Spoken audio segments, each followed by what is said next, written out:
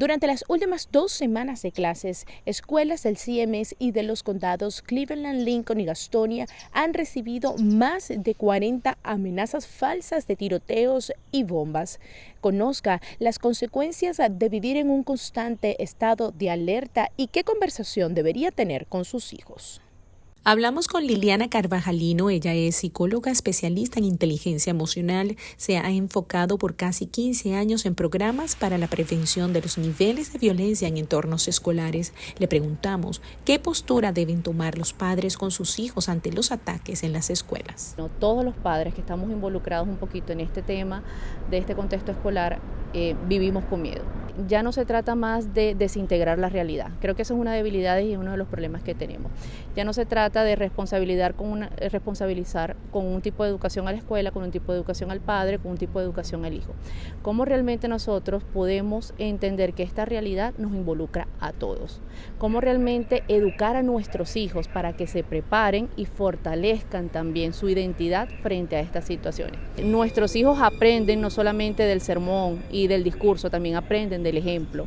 Entonces es cómo llevar a nuestros hijos a entender que fomentando un ambiente de respeto y de valores podemos promover que el entorno en el que ellos están cambie. Y cómo también estar alertas ante situaciones como que nuestros hijos estén recibiendo mensajes o amenazas no es natural, no se debe normalizar. Cómo pensar también que nuestros hijos o se mantengan aislados o se mantengan en silencio es natural o lo normalizamos. El silencio también es una respuesta, el silencio también es una alarma. ¿Y qué estamos haciendo entonces nosotros como padres y como escuela ante esa respuesta que ellos nos están brindando bajo esa ley del silencio? Los condados Gaston, Cleveland, Lincoln y Mecklenburg han recibido más de 40 amenazas de tiroteos y bombas en las escuelas que las autoridades han determinado han sido falsas. Sin embargo, ¿qué consecuencias podría traer en los jóvenes vivir en estado de alerta constante? ¿Qué consecuencias pudiera traer a los estudiantes este estado de alerta constante? Bueno, fíjate que precisamente hablar de adolescentes o jóvenes no es realmente hablar o ser sinónimo de violencia, ¿cierto? Pero que un joven se mantenga en alerta de por sí ya están en una edad en el que el miedo los invade, el miedo a ser aceptados, el miedo a qué van a pensar, el miedo a realmente formo parte o no formo parte. Si bien es cierto, entonces lo relacionamos también con familias hispanas y familias latinas en el que viene un cambio de cultura, entonces también viene un proceso de adaptación y le sumamos este nivel de alerta continuo y constante, entonces vemos que el comportamiento de nuestros hijos se puede alterar, vemos que el comportamiento de nuestros hijos puede cambiar. Entonces comencemos como padres a validar. ¿Qué estás sintiendo? ¿Qué harías frente a una situación de miedo, frente a una situación de pánico? ¿Cómo actuarías tú? ¿De qué manera realmente te sentirías seguro o no te sentirías seguro?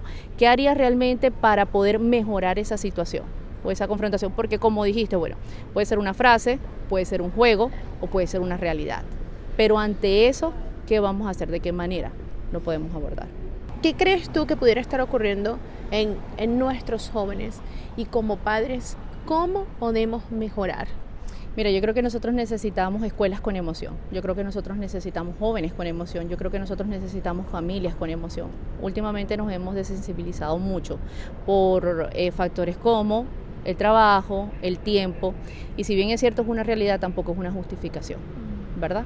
Entonces, ¿qué sucede? ¿Qué pasa realmente con nuestros niños que no validamos ese sentir? Nuestros niños están en una etapa en la que se sienten inseguros, en la que sienten mucho miedo, ¿verdad? ¿Qué hacer con ellos? ¿Qué hacer cuando no fortalecemos la seguridad y la identidad de nuestros hijos?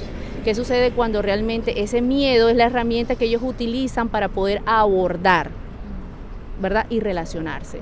Entonces, vuelvo y te digo, lo que no tenemos que permitir en nuestros jóvenes es naturalizar la agresión, pero sobre todo, ¿verdad?, entender que podemos generar un ambiente de educación basado en nuestras emociones y que todas las tenemos que validar. Y por allí comienza realmente el respeto hacia los demás. Estuvimos en contacto con el CMS para conocer su posición en cuanto a la seguridad de los alumnos y en respuesta enviaron un mensaje a la comunidad. Nos tomamos en serio todas las amenazas y trabajamos con las autoridades policiales para investigar cada amenaza. Le pedimos que hable con sus hijos y les recuerde que hacer amenazas de manera seria o en broma es una violación del Código de Conducta Estudiantil de las escuelas de Charlotte-Mecklenburg. Esto puede tener impactos de por vida. Además, el CMS alienta a los padres y a los estudiantes que están siendo víctimas de amenazas o de conocer a alguien que está sufriendo amenazas, denunciarlo a través del sistema anónimo Say Something, que está mirando acá el enlace en la pantalla, y de tratarse de una emergencia, por supuesto, llamar al 911. Desde el sur de Charlotte, para Progreso Hispano News, Hazel Petrey. El Rey Supermercado destaca al ofrecer más de 80 diferentes cortes de carne fresca, selección de mariscos, frutas, verduras y mucho más. En Supermercado El Rey, productos frescos y alta calidad. Ahorre más y viva mejor.